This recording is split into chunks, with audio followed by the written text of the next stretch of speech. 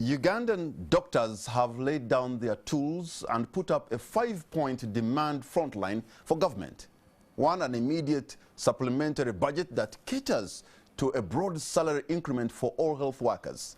2, a boost in medical supplies and technologies to health centers. 3, employment of all doctors in the government roster. 4, compensation of families of all health workers that have succumbed to COVID-19 in the line of duty. 5, a look into the welfare conditions of health workers. The demands come at a time when cash-strapped government emerging from the ruins of the pandemic is struggling to boost the economy. They have been in serious negotiations with the head of state, and yet no much has been shown in action to respond to these demands. As the stalemate reaches a crucial point tonight, we ask the ever more important question: can government meet each demand of the health workers? And if it can't, will the health workers agree to return to work on a whim of promises? Tonight on the spot we host the Secretary General of the Uganda Medical Association, Dr. Luswata, who has been at the front line of the negotiations, Mr. Emanuel Ainebyoona from the Ministry of Health, and a man with a good name, Dr. Nicholas Kamara, a medical doctor and a member of Parliament.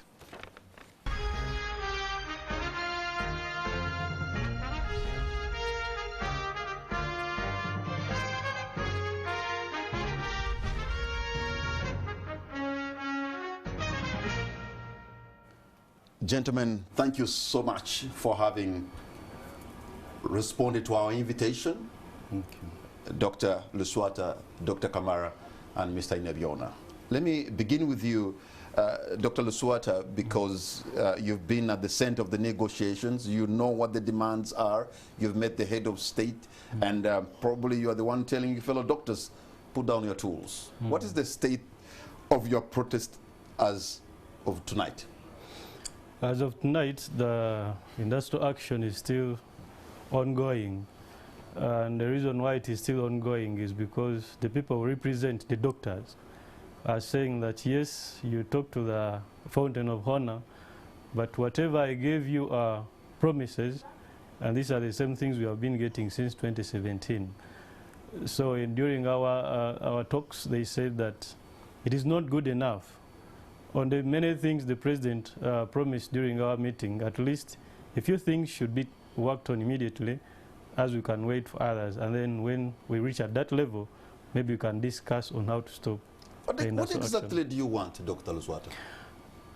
The main thing on the agenda was medical supplies and medicine in the hospital. However, I can say that we want that off already during that meeting, because the President gave a directive to be worked on immediately, effectively, when he told the Minister of Health and Minister of Finance to work together and ensure that they check in the hospitals and ensure that they send enough medicines so that patients don't buy medicines, and enough protective gears like masks and the gloves. The other issue was about compensation for giving money to the families of doctors who died according to the Workmen's Compensation Act 2000. The President was very receptive and actually was in agreement that, yes, these people died because they were trying to save Uganda. In the line of duty. In the line of duty. However, there was a discussion which I may call funny, which came in when some people started suggesting things we didn't understand, which were a bit undermining. When they started saying that, what if these doctors who died got COVID from the community? And then something also came through that maybe, how do we know they got COVID from the bar? And it was really not nice.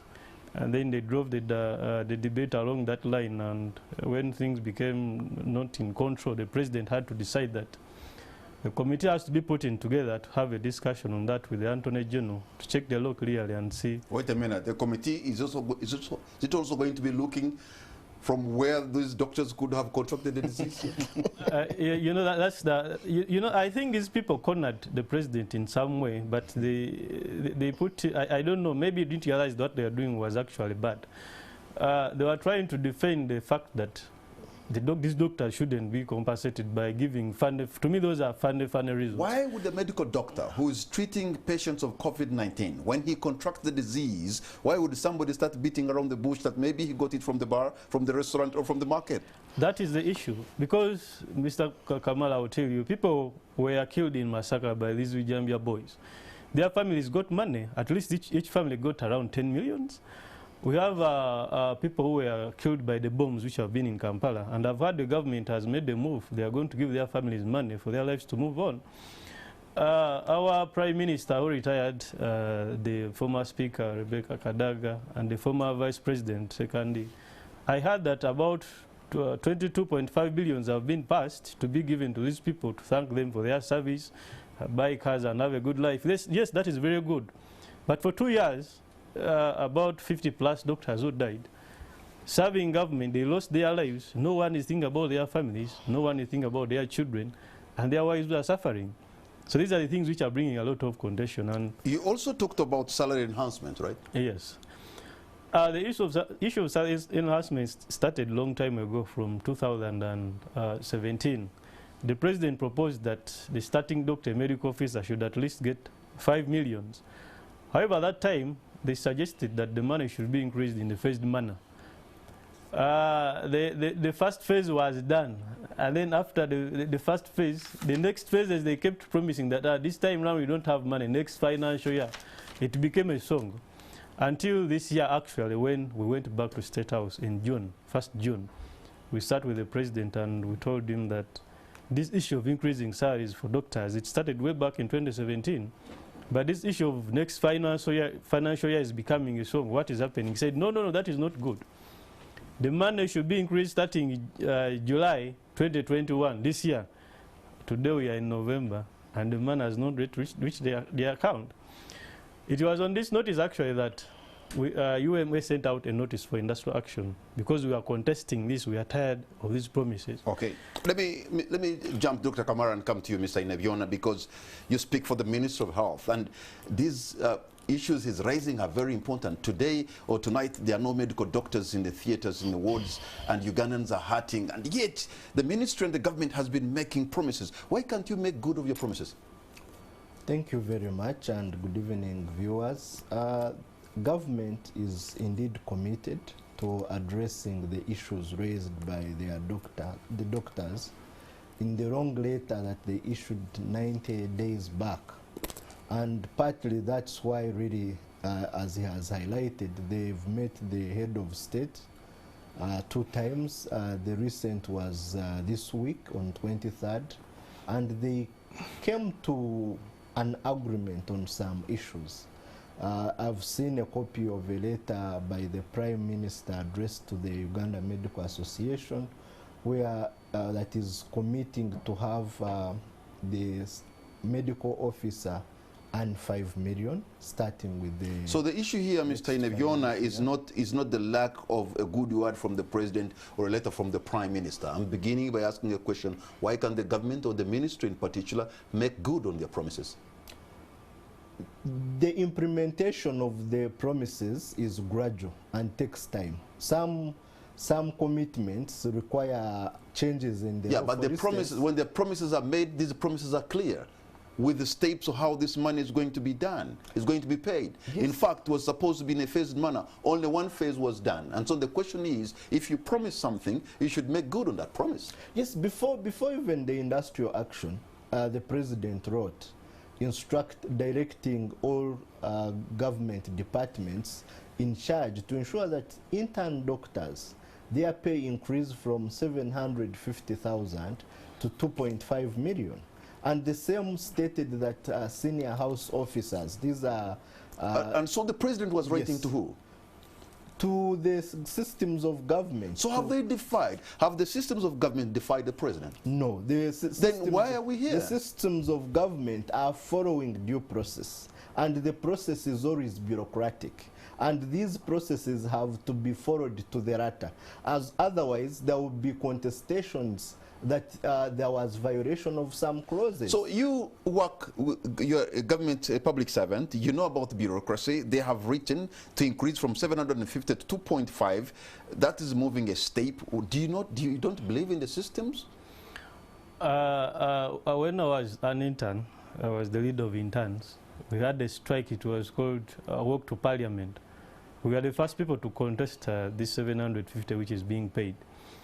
We went to Parliament, the Speaker gave us audience, and I presented the petition of interns that time. That was 2019.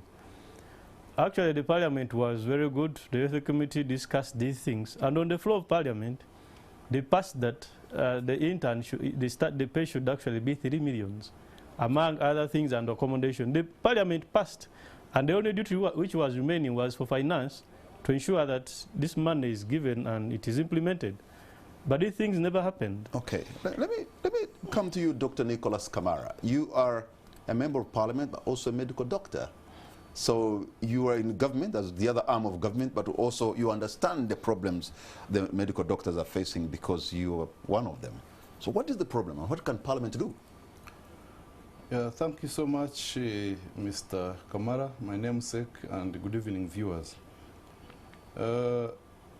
Patrick, my friend has said that Herbert has said that the contestation about working conditions, contestation about salary, about welfare, started in 2017. No, it started a long time.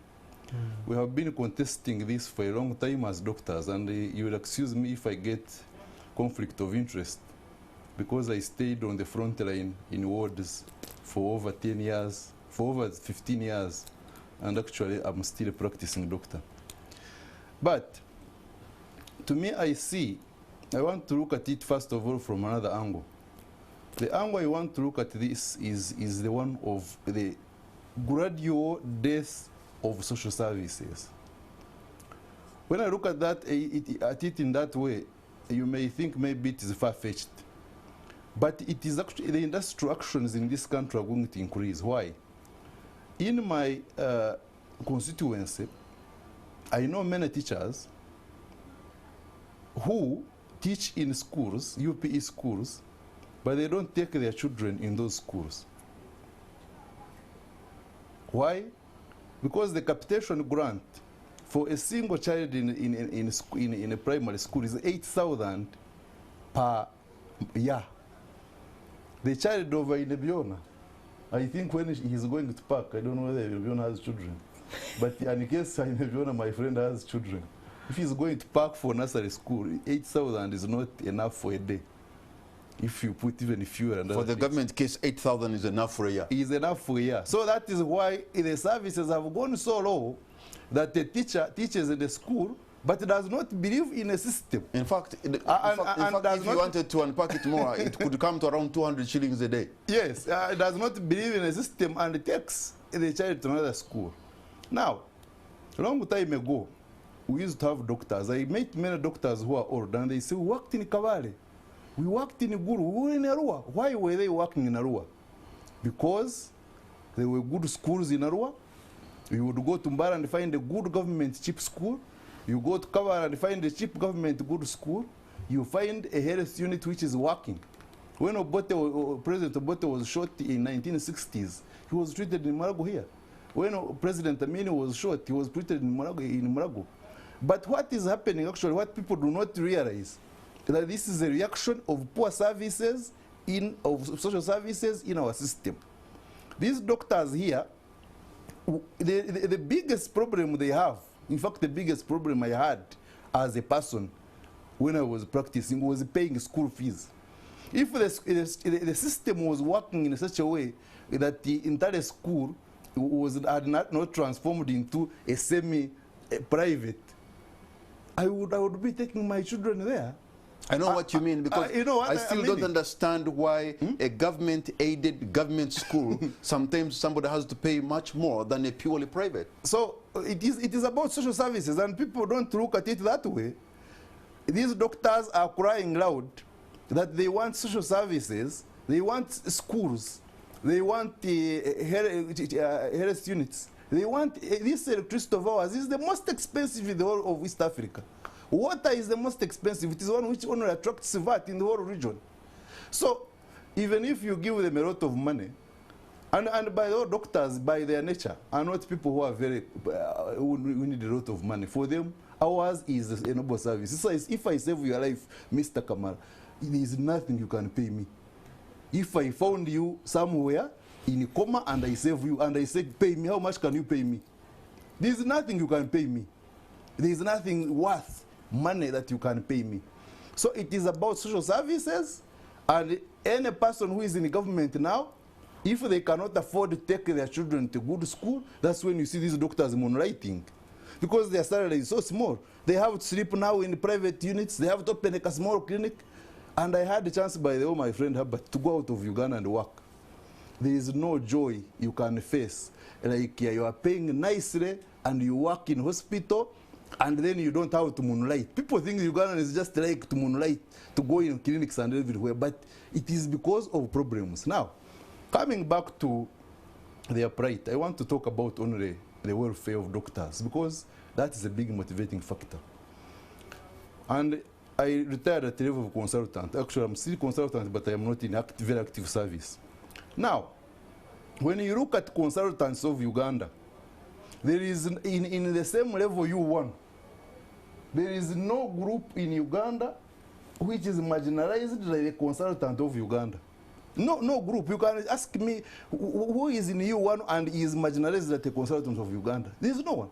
Be it in army, be it in police, be it in the Ministry of Health. Anyone in U1 in the Ministry of Health, I'm sure, has a car, has a driver, has free fuel, has housing allowance. But our consultants study for long. It is like the army. You cannot just be promoted from medical officer to, you have to leave medical officer special grade, consultant, senior consultant, and you have to remain at that level for 3 years. Every time you are going to be promoted, you must remain at that, and you must also study. You can't be consultant without studying. But you find a consultant is working in Kampala here, on foot, he cannot even afford a car. But meanwhile, a person who is in U3 in the army is having all these things, all these facilities.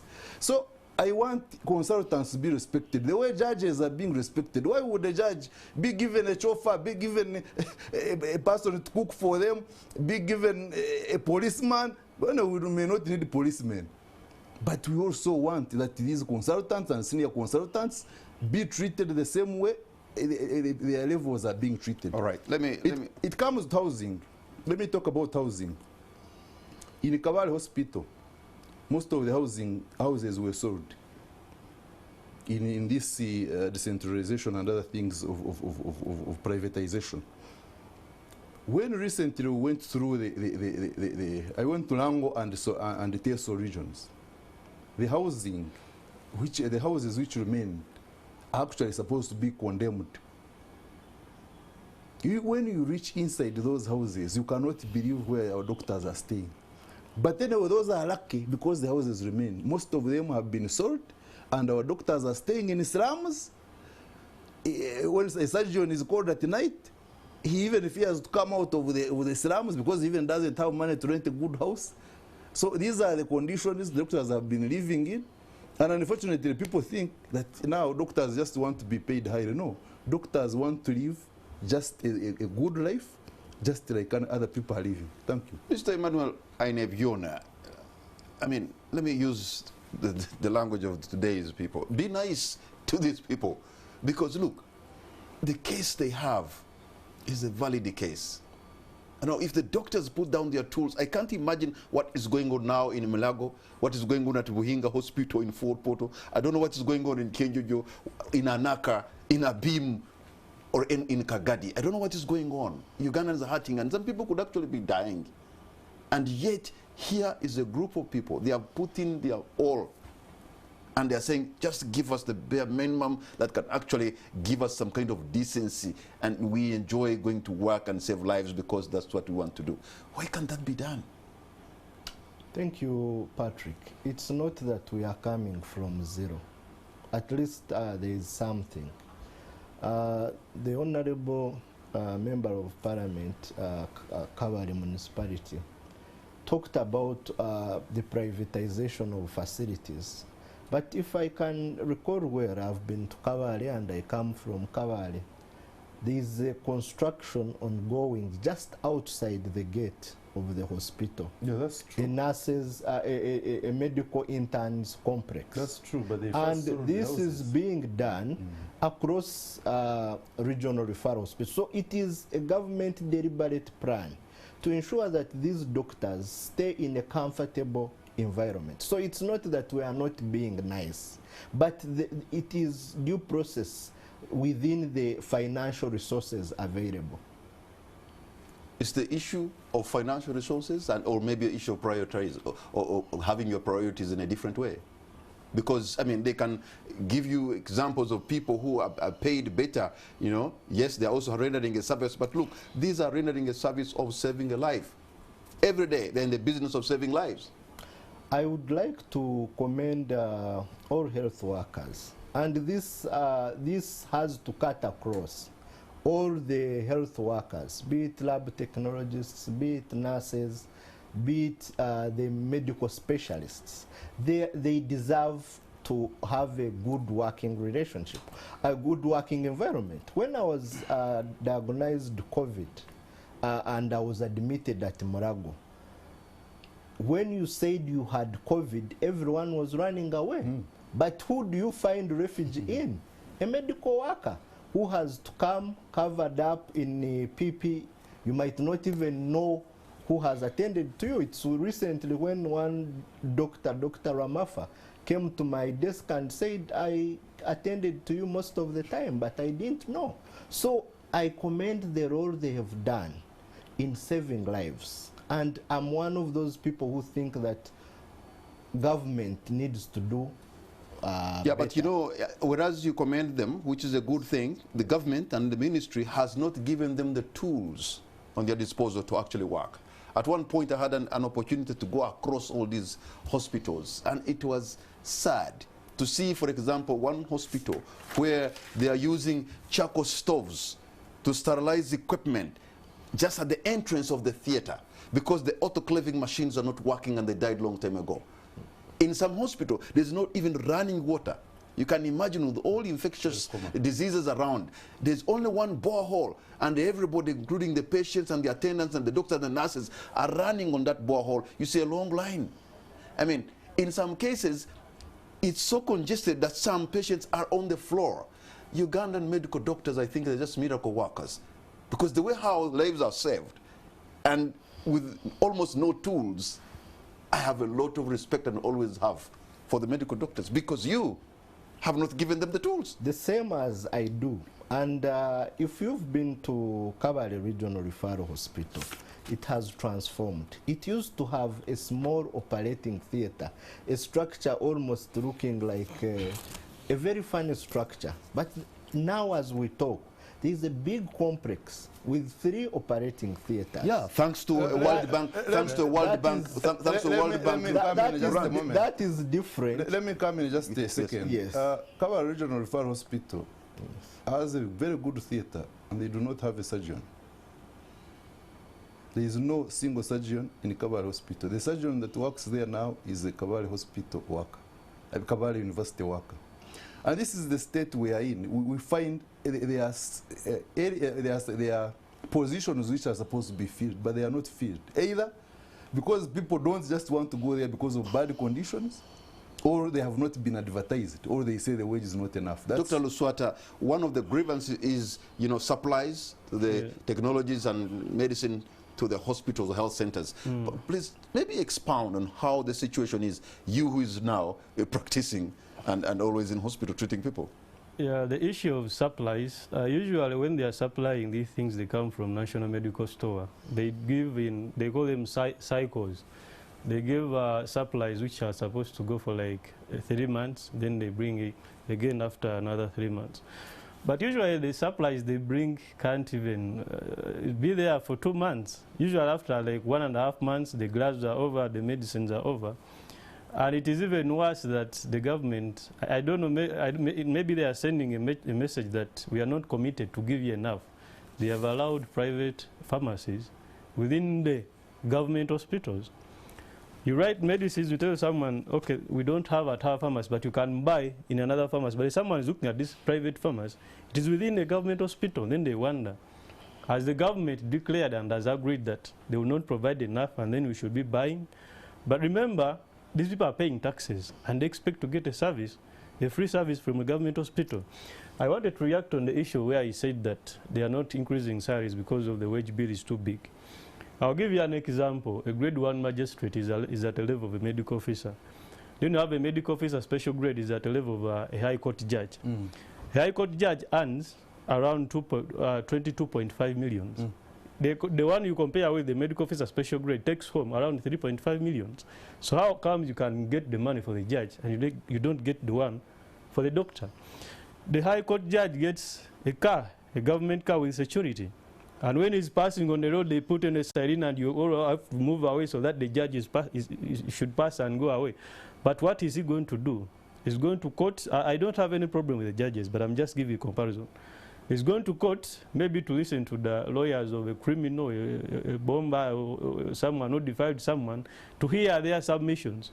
But you're a doctor who is called to go and attend to emergency in Mulago when someone has been banged on the head, maybe a mother has failed to deliver.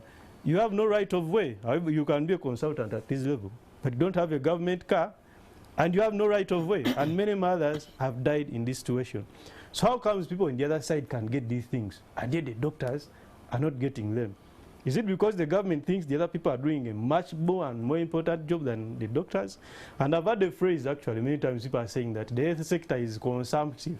They don't make money for government, but they are just utilizing and they keep abandoning it. And I think that is very bad, because any money the government is spending comes from the people, from the Ugandans. And the only chance they have to benefit from their money is through things like health care. If you pay well the doctor, if you increase the budget of health to at least 15%, some of these things wouldn't be happening. We would be having enough ICUs in all regional referral hospitals. We wouldn't be having these issues of someone moving from Guru, coming to Mulago to access ICU, where even all the beds are filled. We lost a doctor who got COVID from Guru. The government couldn't even provide a chopper, a senior doctor, pediatrician, to fly her to Kampala to get ICU services. She ended up in an ambulance on the road, and she died on her way coming to Uganda. She has not been compensated, and even up to now, the government doesn't believe that we need to be taken care of in a better way. You know, Dr. Kamara, I just want to think that the government and the Minister of Health, probably they just don't, it's not that they don't want to give them money. It's not that they don't want to increase. It's not that they are bad, but I think they just don't get it. Yeah, how do you make them get it? They are not, I don't think the Ainebyooners of this world are bad men. They just don't get it. My opening statement was about social services, and the neglect of social services for a long time is coming to show. Let me give you an example. In the health financing, the budget of health is paid 42% by the donors. 42%. The government pays around 18%. Government puts in 18%. And the out of pocket, people, the money which they get out, when you go to a hospital and they say there are no sundries, go and buy gloves, there are no drugs, go and buy for yourself, or you just go to the clinic, or if you call out of pocket, it caters for 40% of the budget. So you can imagine a government that is putting 18% in the budget of health. And you see, my friend has been talking about the Abuja Declaration, which is supposed to commit 15% of the budget. Government has never even reached 10%, even 8%. Now they are at 6.7%. So you can see it is a total neglect of health services, of education services, of provision of essential services. And if I need to mention that really, politically, the doctors may not matter. And that is the reason. If you look at the people who are being paid highly, judicially, why do they matter? Because they have to come in cases of politicians. The army. Why does it matter? You don't need to add. The police. But now when it comes to doctors, because for them they're always in ward, Bambi, they don't campaign, they don't even even when you are supposed to lose a case, they will not come and save you. So that is the reason. And I don't know what this tells the country. That is the reason. And to me, I think that is very unfortunate. Government should just increase the way it is funding health, the way it is funding education, and other services. Mr. Ainebyoona, If it doesn't do that, we shall have many industrial actions, we shall have many strikes, and it's just the beginning. Mr. Ainebyoona, if a government and the Minister of Health and the President, met his colleagues or their colleagues in Abuja and looked at what needs to be done in the sector, on the health sector, and committed to put 15% of their budget in that sector, and signed on it, and yet when it comes to implementation, you're only reaching around 6 or 7%. Why in the first place even commit? Why in the first place even sign on the dotted lines on something you could not manage? Why live a lie? Yeah, there is this tired phrase that Rome was not built in one day. And I'm glad that Dr. Kamara has been on the ward, but now is in the arm of the legislature, which one of their roles is appropriation. And these supplementaries have to pass through the hands of Kamara, and is a member of the health committee. So we expect the likes of Kamara, who now have abandoned the medical profession to be politicians, to ensure that they change. And it's the first time, by the way, this parliament has a big number of medical doctors. So I hope that at that level, he can help in appropriation. Because as a Ministry of Health, we can do much with the availability of funds. Okay. Mr. Ainebyoona, Dr. Nicholas Kamara, and Dr. Herbert Luswata, we're going to take a break, and on the spot, we'll be right back.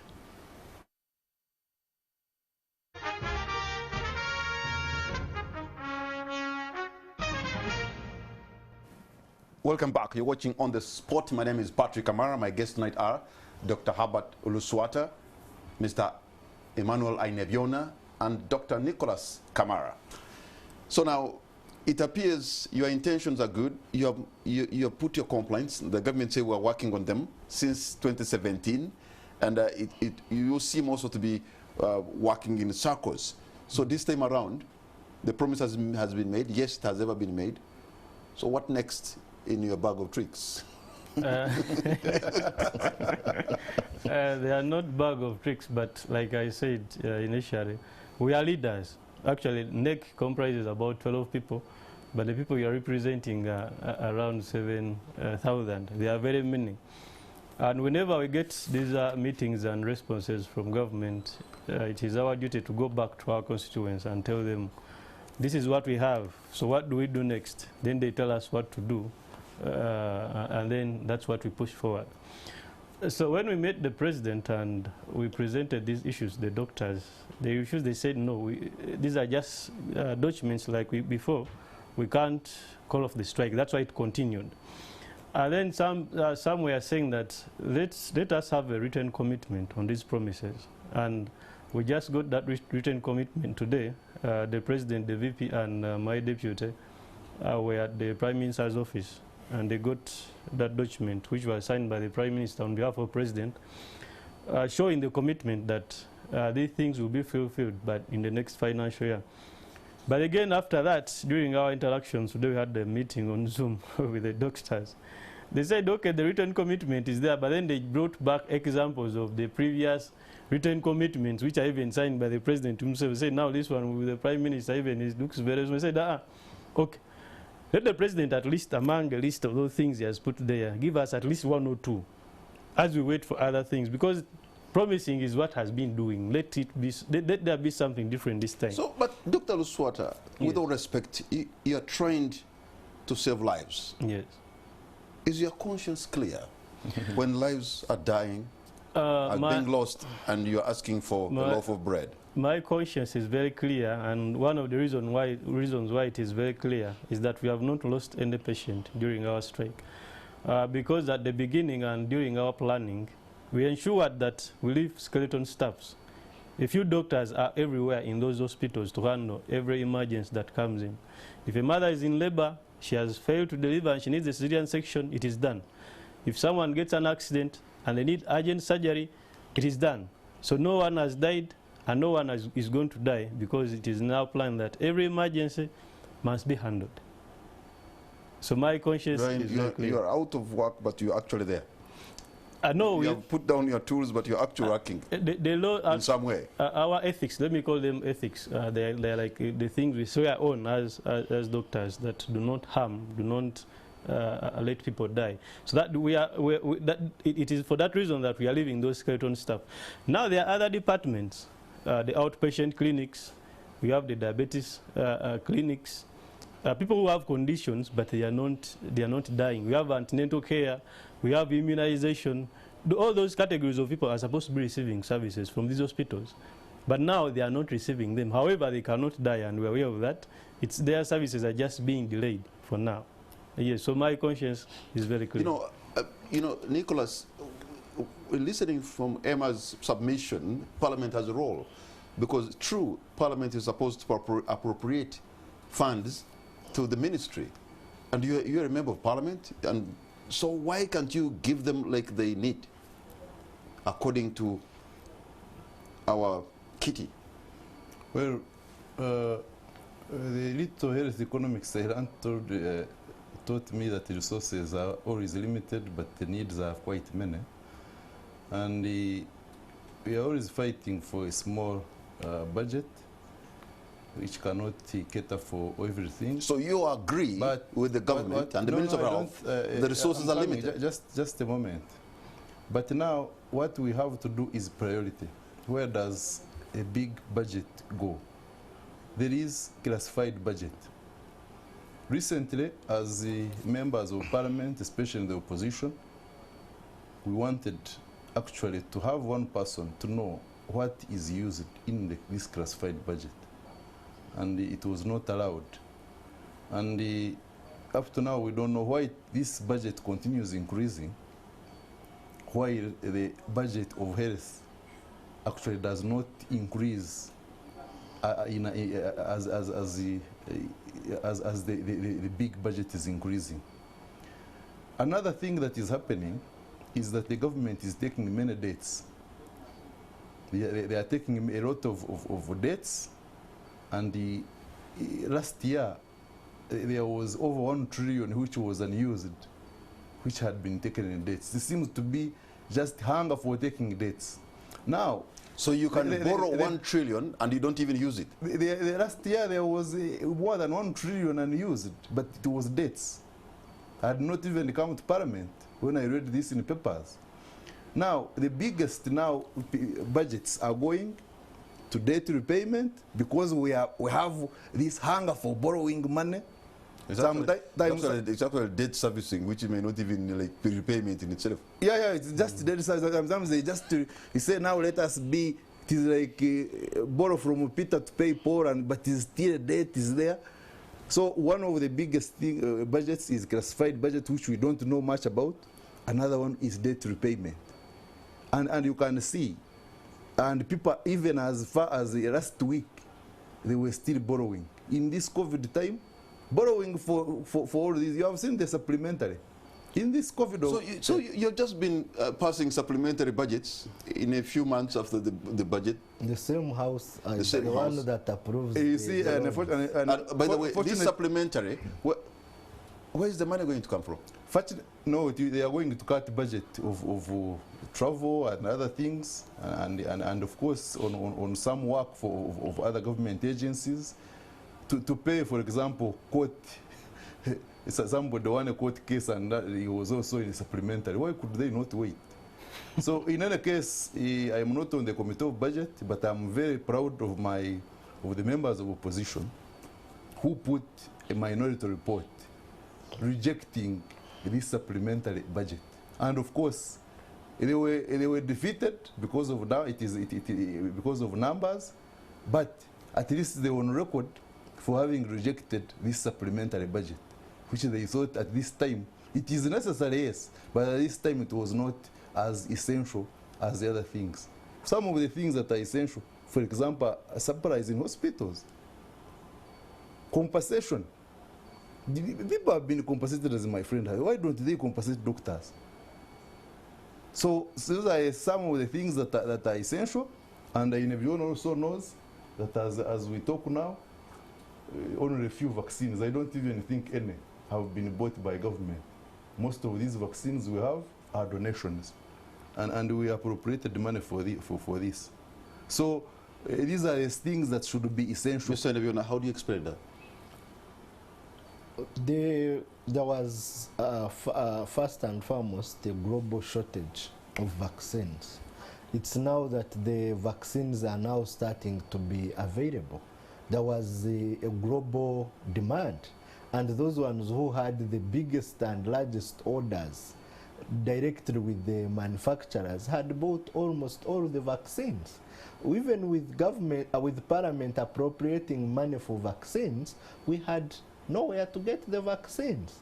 And surprisingly now it's the countries that had bought in excess that now that have made available some of the vaccines we have used. So it was not a government problem. Government appropriated money. But where were these vaccines coming from, of which Kamara can agree with me? And when you look at this, the transformation this pandemic has brought within the the health care system, we might have not seen, or we were not going to see it if it was not because of the pandemic. But a lot has changed. Government has invested. At least now you can find an ICU bed at a regional referral hospital. It was not there before. So there has been some spending to ensure that there is critical care in these health facilities, and I want to also applaud the past Parliament for having thought of a CT scan for every regional referral hospital. The diagnostics are some of the things that push the out-of-pocket expenditure. So I am waiting to hear the Parliament of Kamara and Group maybe enable us to attain the Abuja Declaration by appropriating the 15%. But you know, you have neglected hospitals for a long time, really, in terms of giving them the tools to work with. And sometimes where you have put the theater and everything, then you have no personnel to work there. I mean, you can put everything there, but then you lack a personnel. At one point I went to you know, an operating theater, the operating table. I remember it was a hospital, I think Grade B. It was stuck at an angle. The table was stuck at an angle. You can imagine. I saw it with my eyes. Have you gone back? Well, I saw the table at that moment stuck at an angle. There is going back because my earlier training is journalism, and you go with facts. So when you go at the same place, there has been heavy investment in infrastructure and renovation. And I'm glad that even as doctors demand for chauffeur-driven cars, they will have where to drive them. The roads are better. At least the road infrastructure on all highways countrywide. So now they will have better roads to drive their cars. Doctors are not demanding for chauffeur-driven. Don't trivialize this thing. But their entitlement, the senior consultants are entitled. And indeed, one of the commitments stated that should be implemented immediately. And I'm glad there is that commitment at the highest level. But I'm saying that there have been the fundamental issues. Good roads that will enable a patient get evacuated from the home to a facility. It would be very disturbing to find that there is a hospital but there is no road to get to the hospital. So all those have been happening. If you look at Kabale Regional Referral Hospital, it looks better than it was 5 years ago. And the same transformation has happened at almost all regional referral hospitals. We are now looking at ensuring that we equip the health center 3s to ensure that they are able to do normal deliveries. And indeed, the president has said every qualifying medical doctor after internship is employed. And he said it in the earlier budget speech. It's not that it's coming now. But to ensure that every sub-county has a medical doctor. No, Area Center 4, the challenge has been functionalizing them. But there is also a challenge where we advertise and we do not attract any. So which requires more training. When you look at anesthesiologists, during COVID, we put an advert, we needed about 44. We were able to get 6. I can give you some information on that. Okay. Actually, the anesthesiologists are there. We know they are there, very many of them. But they all rejected to take up those jobs. And their reason was that, what is the pay? Even when they increased the pay, they said, okay, there's an organization, I don't know, he will tell us, which was funding the recruitment on contracts. Could be how much cheap. No, it was World Health and they were also saying that, okay, we Organization. shall pay the anesthetologist about 7 million. And the anesthetologist, we are looking at the 7 million, they were like, I can't still risk my life because of these 7 millions. And the catch was that Kenya was also pulling them, and Kenya was paying a lot of money. Someone told me that they were comparing about 18 millions to the 7 millions of Uganda. Instead of these ones, people applying for the jobs of Minister of Health, they shifted and just went to Kenya. That's how they failed to employ this person. So the issue goes back to poor pay. There is not money. There is no money that will ever be enough. That's true. Yeah. So, But the bottom line is that there should be a whole government structural adjustment in remuneration, and government is already doing this. The merging of institutions, agencies and ministries, some that have duplicated role, is meant to cut on government spending, and this will translate into having prioritized pay for the doctors. So why is it that every time the doctors are striking, probably they meet the president, commitments are made and commitments are not followed? Exactly. As I'd earlier hinted off camera, is that these commitments, some are required to be subjected to the due process. For instance, reducing pay as you earn from 30% to 10% will require parliamentary debate and amendment of the law. Yeah, but so they cannot happen overnight. But the chief executive of the country, by the time he commits something, he's committing something he knows, unless you are telling us that he's committing without not understanding what he's committing himself But to. if you read the letter in consultation with the Attorney General and the technocrats. So all these have to go through the due process. Can we leave the car business? Because my friend Ainebyoona is now going with the car and the taxes and just diverting us. We have 2,123 health workers in the government. We have 5,000 approved health workers. Does that also need a lot of due process to employ more health workers? Because one of the things that is actually making health workers leave hospitals and health centers is because they are getting burnout. The physician I left in Kabale as one, we are supposed to be 5 physicians or even more. A medical officer special grade 2, one consultant, one senior consultant. Now there is one, she has been there, she's the one who is running all clinics, she's the one supervising interns. I think soon she will go. This is what is causing trouble. Another thing my friend has been talking about is now a problem with government. This industrial action was called in actually in August. I saw the letter. Why do they have Tories wait until say, let us see what they do? Let us see where they can strike. Then when they strike, they call them. Another issue the government has is jumping from one thing to another. Every sub-county is supposed to have, every municipality is supposed to have, every constituency is supposed to have a center for. Not all constituencies have a center for. Now they are jumping to sub-counties. And even some of them which have, there are no facilities. There are no doctors in these health centers. Why don't you first concentrate on health center force and the government hospitals actually which are in dire situation? Then you can go to health center 3s. Don't jump. Another thing is planning. We found so many, you are going to buy CT scans. We have found the state-of-art X-rays in hospitals. without a maintenance plan, without two radiologists, and sometimes without even buildings where we can put them. So now they are going to buy a CT scan. As I know, there are no buildings.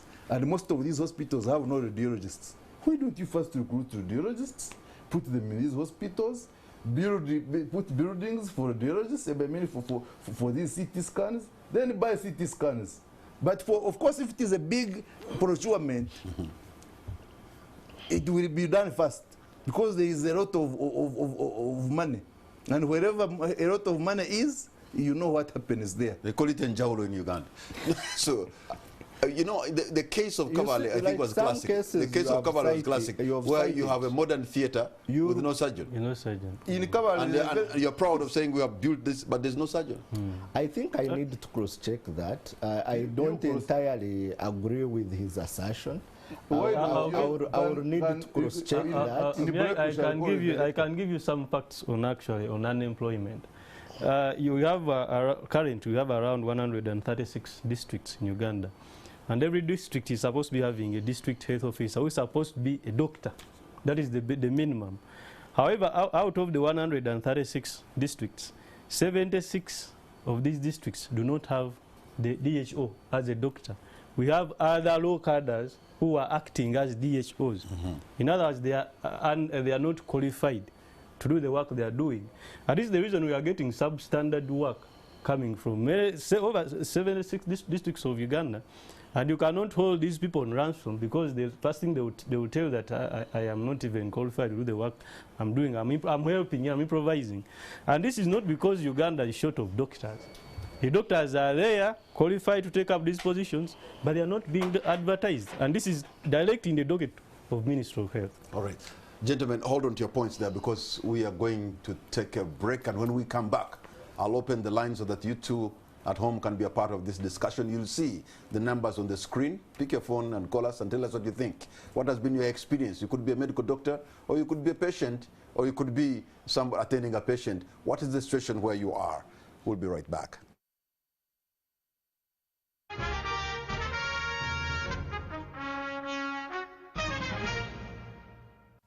Welcome back. You're watching On the Spot. My name is Patrick Kamara. My guests tonight are Dr. Herbert Luswata, Dr. Nicholas Kamara, and Mr. Emanuel Ainebyoona. This is the moment when you get to have your say. The numbers are going to be on the screen. Please pick your phone and tell us and make it precise and concise so that we can take many views. And should you disagree, it's okay in matters of debate to disagree, but you disagree with respect. I've already had a comment coming in from Fort Portal, and somebody is telling Emmanuel that they do not have at the regional referral hospital. They don't have a CT scan like you alleged. I'm saying we are procuring upon appropriation of parameters. Okay, so Fort Portal, that is coming your way. They are in the process of buying one for you. Can you imagine a regional referral hospital? Do they have a radiologist? Okay, they can bring we the are equipment. training No over 800. Let's listen to some Ugandans who want to talk to you on the phone right now and have many people online. I have a call online. Hello. Yes, hello. Yes, sir. What's your name and where are you calling from? I'm John. Yes, John. The was straight. Yes, sir. It is constituency in a center for. Will na heritage center for telina ambulance lwacho ukanda webi na utebo wa heritage center for nebo ambulance wanwa what una. Okay. I know Emmanuel, you have picked that better. You speak better Luganda than I do. I don't know what happens. Us who come from Toro, we have is entitled to 200 but you have had the question well. Let me grant. Yes. No, let me pick another call online. I have a caller. Hello. Hello. Okay.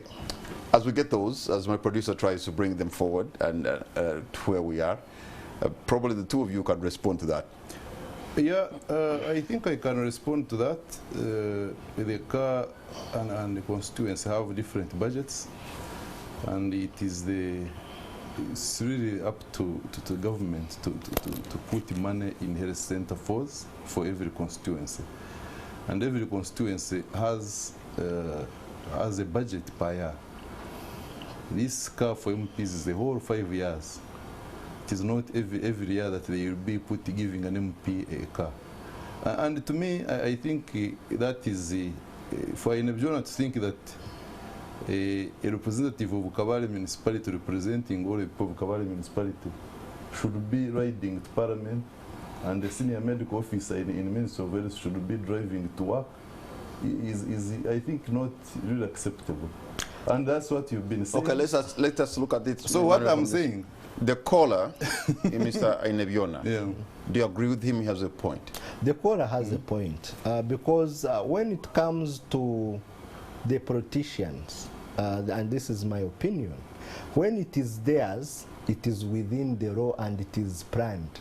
But when it comes now to appropriating to enhance service delivery, for instance, at Health Center 3, they kill an eye, yet the same appropriation is done at Parliament.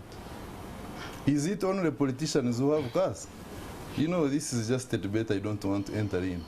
Because if you go to the Ministry of Health, for example, you walk there tomorrow and see how many cars are there. Including the new ones that, I remember it used to be a graveyard of very new cars. New ones and and just old have a ones. small thing that And is walk missing. Parliament. Of course, there are more cars at the Ministry of Health than at Parliament. Yeah, The ones at Parliament are that- second hand. that is The ones not at the true. Ministry of Health are brand new. That's not true. But the town clerks also have government cars.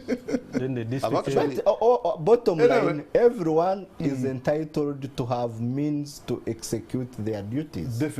But And that is the point also, I'm it making. is also important that the appropriation of resources be prioritized based to the needs of the people, not to the needs of a few.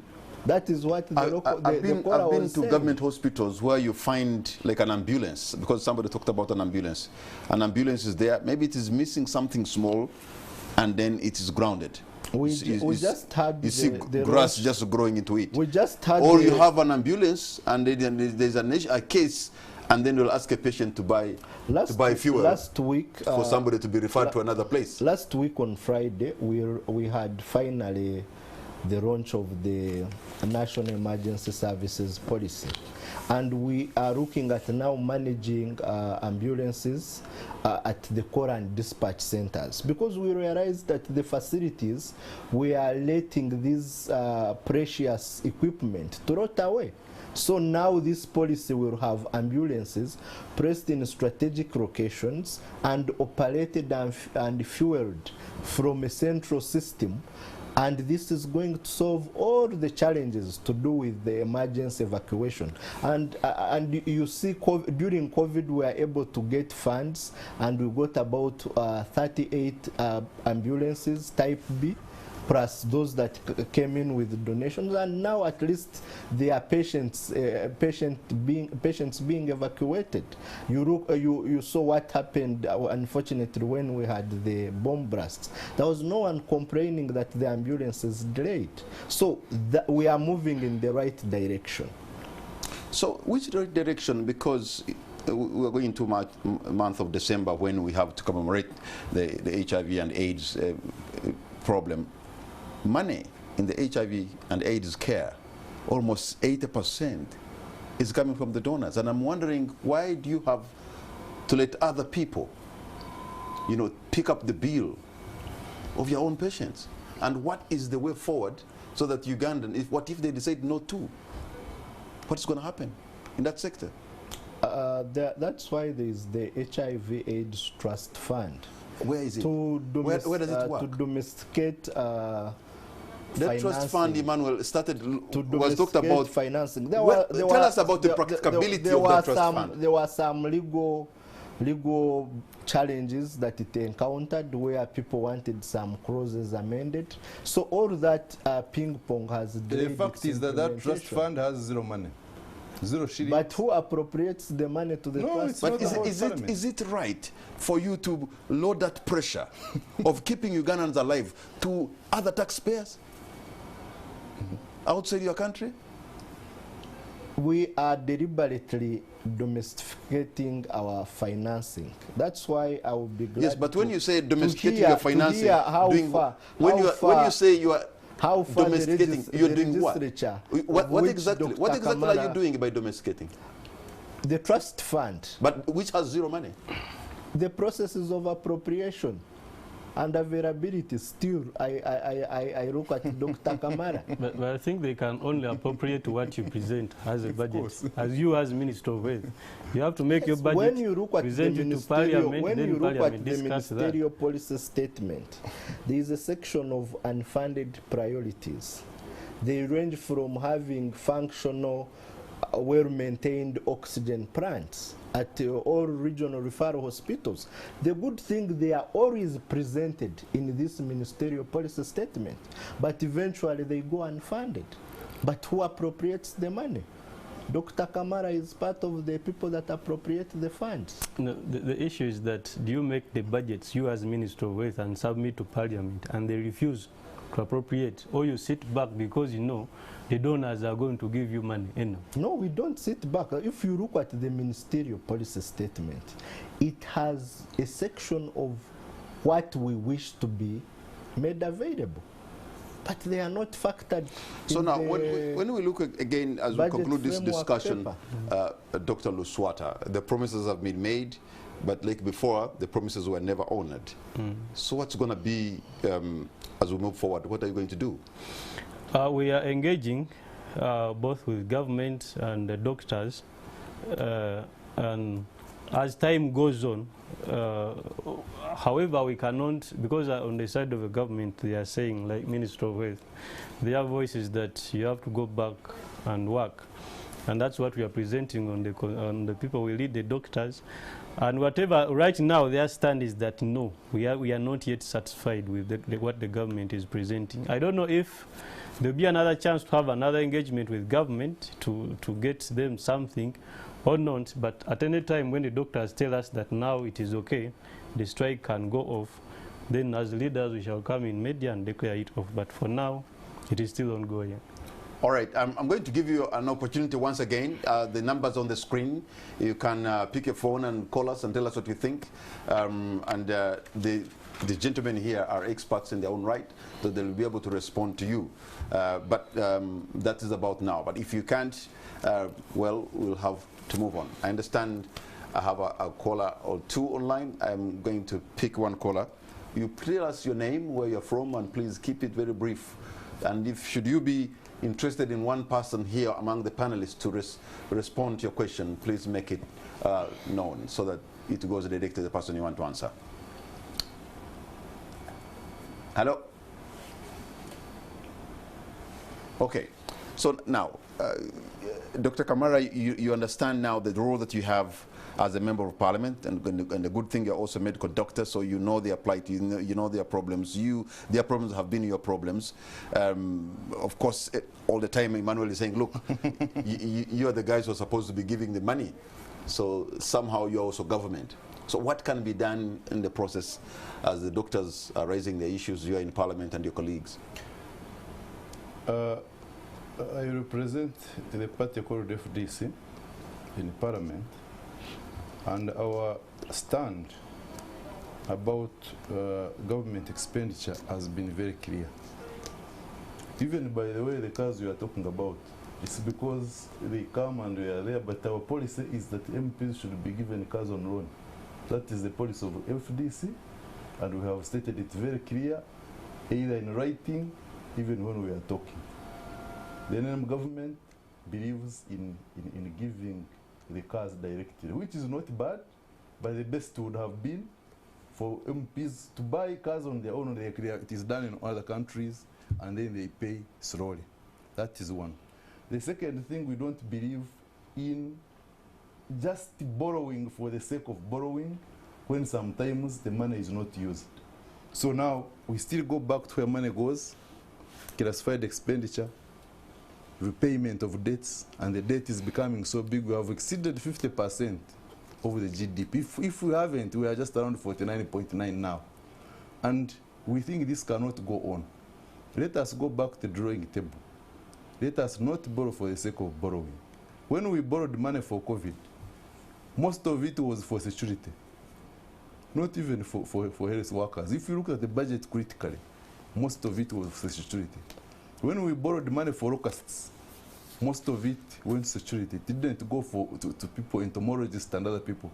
At one time, soldiers were chasing locusts using stones and buckets pouring water and insecticide. They don't know how to improvise, eh? They improvised. But you see, that is the state of affairs we are in. You find a health budget dominated by security. Instead of being dominated by sundries and drugs and allowances by health workers, the security has to take a big chunk.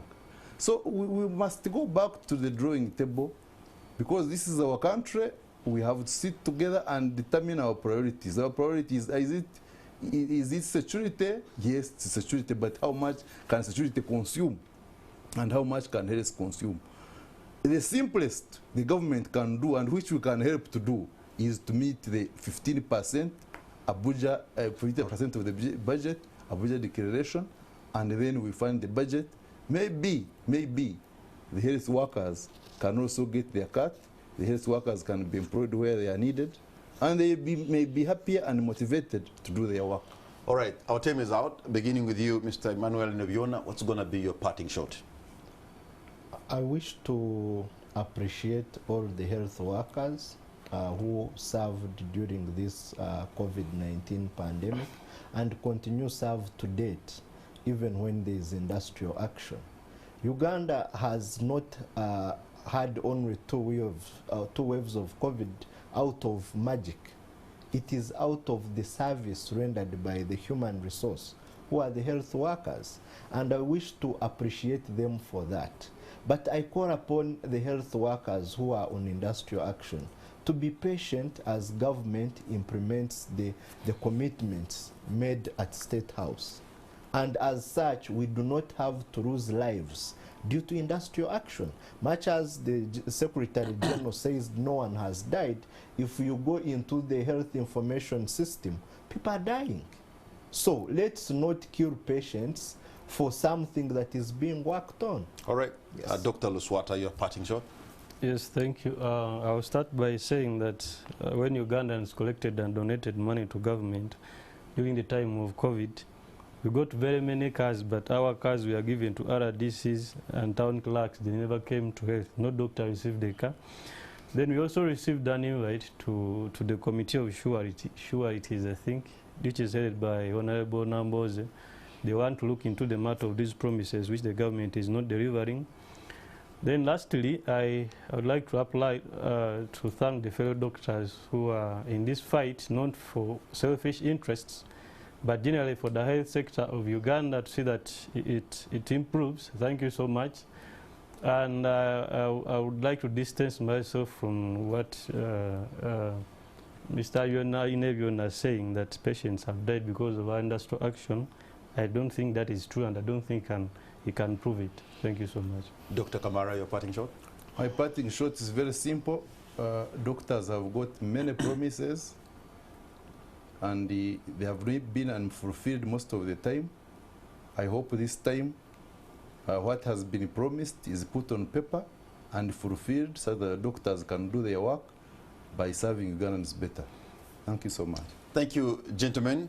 Mr. Emanuel Ainebyoona, thank you, Dr. Nicholas Kamara, thank you, Dr. Herbert Luswata. I want to thank you who has been watching this program for your great company. I also want to applaud the medical workers of Uganda. With little pay and poor facilitation, you have stayed on your duties. You have saved lives. Sometimes I wonder how you do it, because in some cases, the ministry and the government has not given you the tools to do your work. But you continue doing so. Even in this strike, we are told skeleton staff has been left in the hospital so that Ugandans can be served. Every Ugandan needs to honor you and respect you, because their fight is our fight too.